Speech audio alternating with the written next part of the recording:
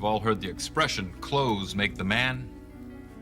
But is it really true? Did you have a favorite book as a child? Do you have a favorite method of falling asleep? Is there anything more precious than the gift of sight? Who can explain the mystery of music? Do we make our own luck? Can a home ever be truly safe? Have you checked the back sections of newspapers and magazines lately? What is the secret of the green thumb? What mysteries lie within the frame of a portrait? How many dramas have taken place in these tight little boxes? How do you describe terror? Have you ever noticed the curious things one sees discarded by the roadside? Who knows why certain people save certain things? Have you ever experienced a sleepwalking episode? Is there a more important job than that of a teacher? Is there a more annoying sound than the screech of chalk against chalkboard?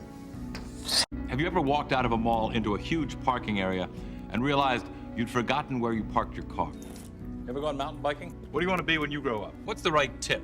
Have you called a plumber to your home lately? How superstitious are you? How much money would it take to make you spend a night in a cemetery? Would you display this as a trophy? Do you have a pet? Do you have a sweet tooth? Do you believe in the power of a curse? Have you had your hearing tested lately? Planning a trip soon? Can you remember the tallest man you've ever seen? Do you love to go a-wandering beneath a clear blue sky? Have you noticed what big stars real estate agents have become? Are you careful with your personal records? Does your computer ever seem to have a mind of its own? Have you ever visited a Chinatown section in a major city? Have you ever visited a flea market? Have you ever visited a truck stop? Did you ever have a job as a waiter? Have you noticed how many successful restaurants are theme-based these days? Have you ever had the desire to write your initials in wet cement? What really happened here? Who was the cowboy who confronted Johnny and Larry that night? Was the old woman in on it too? Could Danny have been hallucinating? But if Dan was hallucinating, who ate house food? Or what about the mysterious behavior of the barbecue lid? Was it really the nanny? Does this story seem possible? Was the morgue attendant in on the deception too? Were there gases trapped within the milk bucket that caused the activity? How was the doctor able to send email without a computer? Was the sewing machine taken over by the spirit of Byron's grandmother? Could a plant